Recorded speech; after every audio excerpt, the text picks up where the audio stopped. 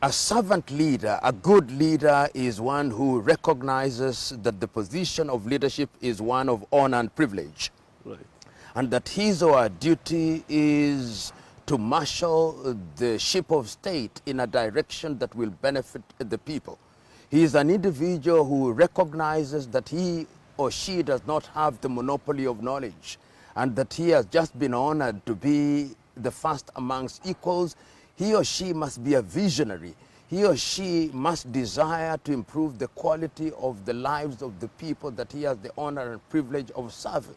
He must not suffer from what I call the Jehovah complex, the belief by backward individuals in position of leadership that they have the monopoly of wisdom. Okay. Leadership is about humility, and when individuals are humble, then they learn. They learn from others who have been in similar positions or others who have thought about those positions, and that is why leaders have advisors. The whole idea of having advisors is a recognition that you do not have monopoly of knowledge, so you go to economic advisors. Right. These are individuals who advise you on the basis of experience and learning that if you are to achieve the agenda that you have declared, this is the way to go. You have advisors on health, you have advisors on governance. This is something that ought to be done ever so frequently. And in countries where they are fortunate enough to have retired leaders, those constitute a reservoir of knowledge that you can draw from time to time, and they will be able to tell you that we made mistakes here, don't repeat the same mistakes. In Ghana here, for example, I believe that President Nana Akufo-Addo should occasionally talk to former President Mahama, should occasionally talk to President Jerry Rawlings, because in that way they are able to guide. If you go to Namibia, there is wisdom in President Hage Geingob going occasionally to President Hifikepunye Pohamba. In Botswana, there is wisdom in ensuring that Masisi talks to Kwet Masire. In Kenya, President Kenyatta should talk to President Moi and Kibaki. And there are other leaders who have also been in power for a long time, such as my good friend Yoweri Kaguta Museveni. They have made mistakes, they have done certain things right. People can go and talk to them. There is no shortage of people who can be consulted. In Nigeria, for example, if President Buhari has a problem, there is President Obasanjo, Abdul Salim, there are many others. And I think this is what one may describe as mentorship. It pains me when I see retired European leaders coming to Africa and thinking that they have the monopoly of knowledge and wisdom and telling our presidents what to do. While we have men and women in Africa who can do that and do it well, and do it in a manner that is appreciative of the African circumstances. I will not name names, but you know that some former heads of state in Europe and America are now hopping from one African capital to the other, being paid millions of dollars and millions of cedis and millions of nairas to advisors. Advisors on what? But we must also remind ourselves that Africans were traumatized through the enslavement project, through the colonization project, and through the neo-colonial project.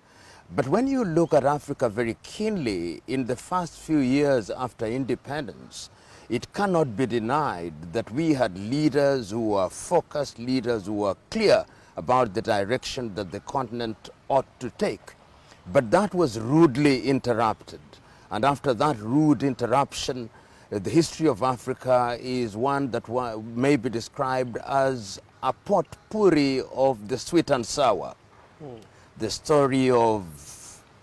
stories, not just a single story, the stories of famine, the stories of war, the stories of underdevelopment, the stories of high infant mortality, maternal mortality, and all other indices that undermine the growth of Africa. But I'm not one who is just about to write Africa's obituary. I'm one who believes that this continent is capable of realizing her potential not through pronouncements, but if we roll up our sleeves and begin to do the right thing. And this must be done through sound and focused leadership. Many times when we talk about Africa, we talk about her as if she was one country, in the same manner in which we talk of the United States of America, we talk of China. But remember that Africa, unfortunately, is divided into 54 officially recognized countries, each with a historical baggage that she was bequeathed to her by the colonizers. So you have the countries that were colonized by the British, by the French, by the Portuguese, by the Belgians, by the Spaniards, and all this dead weight still continues to weigh down Africa. And therefore, in a short answer to your question, there is a need for Africa or African countries at the individual level to focus and orient their development in a direction that will help their peoples. But our division is a weakness. And that is why over the years African countries have tried to propel themselves through different avenues of unity. You remember at the very beginning of the decolonization process, as early as 1963, under the inspiration of individuals such as Kwame Nkrumah, Julius Kambarage Nyerere, and Kenneth Kaunda, the Organization of African Unity was created. Initially, it was meant to be a body that would gel together the African countries, and it was in the forefront of the decolonization process. This in itself was an acknowledgement that African unity was critical. After that, we have had very many initiatives. The Lagos Plan of Action in 1980, which was designed to ensure that Africans traded within Africa and that we de-emphasized our linkage with the Western world. Recently, we have seen other initiatives such as Africa Agenda 2063 and the Africa Continental Free Trade Area, and the regional efforts in ECOWAS, in SADC, in East African Community, in Central Africa, in the Maghreb, in Central Africa, sending one clear message: that divided we may be, but we recognize that our lifeline lies in our unity as a people. And that is why I think that going forward, an integrated approach to leadership is what will save Africa from her perennial problems. You know, this thing called sovereignty, I think it is Julius Nyerere who spoke about it on the 6th day of March in 1997 in Accra, Ghana. He was talking about African unity, and he said that we must de-emphasize our Tanzanian-ness, we must de-emphasize our Ghana-ness, and we must emphasize our African-ness, because divided we are weak and incapable of realizing our goals. And this thing called sovereignty, what is its value if we cannot feed ourselves? What is its value if it only massages the egos of egotistical and megalomaniacal leaders? Leadership is about improving the quality of people's lives, whether they are in Bangui in Central African Republic, or Banjul in the Gambia, or they are in Eswatini in Southern Africa, or Maseru in Lesotho. People want food on the table. Yes. People want potable water. People want good health care. People want sound education. People want opportunity to innovate and to invent, and employment opportunities. And if those can be improved by breaking down these artificial boundaries that were imposed on us in Berlin, so be it. And therefore, the class of leaders that Africa needs are individuals who recognize that going forward, they must be servant leaders who do what is in the best interests of the majority of the peoples of Africa. The continent of Africa is very diverse. The continent of Africa has many challenges, and in the recent past, I've traveled to quite a number of African countries and observed attempts by individuals in political leadership to change the lives of their people. Right. There is no unanimity, and I believe that there are people who will not agree with me on this, but I have noticed in a number of countries deliberate attempts at doing the right things. I've seen that in Rwanda, despite their shortcomings. I've seen that in Tanzania, despite their shortcomings. I've seen that in Ethiopia, despite their shortcomings. I've seen that in Botswana, despite their shortcomings. I've seen that in Namibia, despite their shortcomings. I've seen that in Ghana. When I came here several years ago, I talked about Dumso, Dumso. Yes. That is now largely in the past. Okay. I've seen sound and good pronouncements meant to improve the quality of the lives of the people. I'm not saying that these individuals are doing things that will change their countries dramatically, but to the extent that they recognize that what is in the best interest of the people is what must be done, they are to be encouraged. They are to be criticized sometimes so that they are helped and egged along, but they must be reminded that they must have their eyes on the ball at all times. Thanks. Any leader worth his or her salt has a duty to deliberately create linkages with men and women in academia. Right. The institutions of higher learning constitute a very useful reservoir, and universities should indeed constitute think tanks which think through national policies, which interrogate national programs, which go out and advise presidents and tell them that these are the things that have been tried and tested, and if you change them in a manner that is responsive to our circumstances, then our country will leapfrog some of the difficulties that other countries have. One of the weaknesses we have in Africa is that we don't have think tanks. Well, We don't use individuals who have ideas, and people think that when people have ideas, then they threaten their leadership position. African leaders must, in the nature of things, begin to do that. Universities will always remain relevant. You will remember one of the things that African political leaders declared at the time of independence was that we had to give pride of place to education.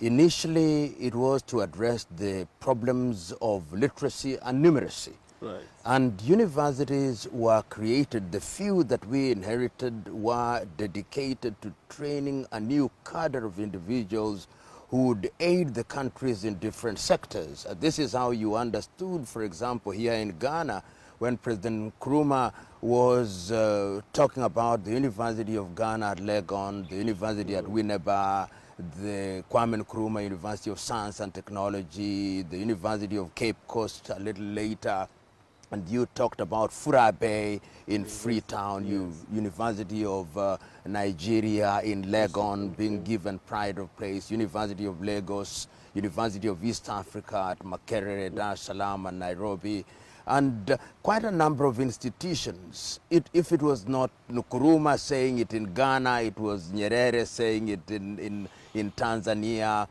Ahmed Ben Bella saying it in Nigeria, in Algeria. There was unanimity. And if you look at the early days of the universities, there was clarity. If it was in the schools or faculties of engineering, we were bringing out engineers who would help us in building our infrastructure, doctors who would man our hospitals, lawyers who would deal with the judicial arm, and all those things. And I want to submit that indeed universities have remained critical. The only problem that has been bedeviling our institutions of higher learning is inadequate funding. Over the years, many university administrators will tell you that governments do not put premium on research and development. On paper, And at the level of rhetoric, you'll hear the political leaders saying how important the universities are. But when it comes to commitment, particularly in terms of funding, then very little funds are given to the universities. The net effect, therefore, is that many universities in Africa are not engaged, as we have agreed, on research and development. And when you don't get research and development given priority, it means that there is no innovation. Yes. It means that there is no invention. It means that you are slowly converting universities into glorified high schools. And that is very dangerous. The net effect is that the quality of the men and women that you then produce and unleash into the job market and into industry are men and women who are not well equipped with the knowledge, cutting edge knowledge. So the message that must be sent to government, I know that many African governments can barely deal with very, very secondary issues, or rather primary issues, such as financing health, financing primary education, feeding the people. So that when you talk about funding research and development, they think that those are luxuries which they can ill afford to focus on if they are to deal with much more mundane issues. But what they do not recognize, that if you fund your institutions of higher learning, then they will be able to produce. And when they be able to produce and generate ideas, then they'll solve the problems that are affecting you. If it is public health, the schools of medicine will deal with public health issues. If it is the question of literacy and numeracy, the universities will be able to do that. If it is in the question of production of food, then the faculties of agriculture will improve agriculture. It is that linkage that must be established so that the political class are able to see these. And they just need to ask countries such as India. They need to ask countries such as China. They need to ask Europe and the United States of America, and lately a few countries in Latin America. And they will recognize that the universities are at the very heart of economic and social development of any country. Ignore universities, then you begin to go on a downward spiral. You know, this is a paradox in the sense that when you talk to your typical university administrator, particularly public universities, the truth is that they depend on government financing. Right. The truth is that governments also have this obligation, or feel that they have this obligation, to provide education at subsidized levels, so that your university's chancellor and the university administrators will tell you that in order to train a doctor, we possibly need 1 million CDs per semester. But the government will tell you, no, that is a political question. You can only charge 100,000 CDs. So that everybody knows that the cost of financing education ought to be at this level.